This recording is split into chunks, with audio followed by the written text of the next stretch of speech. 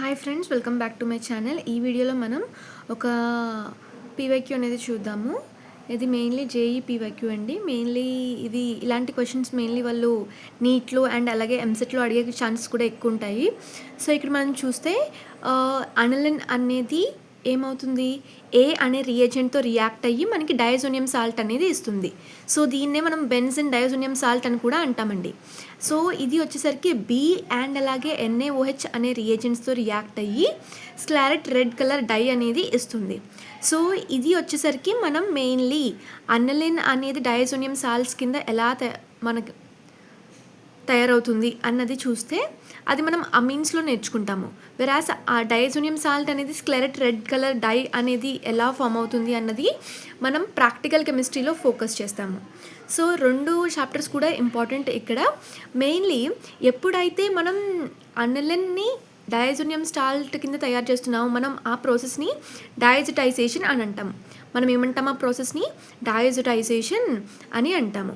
So ఈ డయాజటైజేషన్ process అనేది చూసుకుంటే ఇక్కడ మనం అనలిన్ అనేది తీసుకుని మనం HNO2 యూజ్ చేయొచ్చు అట్ 0 to 5 degrees సెంటిగ్రేడ్. ఇక్కడ 0 నుండి 5 degrees సెంటిగ్రేడ్ మనం ఎందుకు మెయింటైన్ చేస్తున్నాము అంటే బెంజిన్ డయాజోనియం సాల్ట్ అనేది 0 to 5 degrees సెంటిగ్రేడ్ దగ్గర మాత్రమే స్టేబుల్గా ఉంటుంది. సో మనం ఇక్కడ టెంపరేచర్ అనేది మెయింటైన్ చేయాలి. సో ఈ ఆప్షన్ అనేది రాంగ్. ఇక్కడ HNO3 H2SO4 అని ఇచ్చారు. సో ఇక్కడ మనం NaNO2 HCl యూజ్ చేయొచ్చు, or in the place of NaNO2 HCl మనం HNO2 కూడా యూజ్ చేయొచ్చు.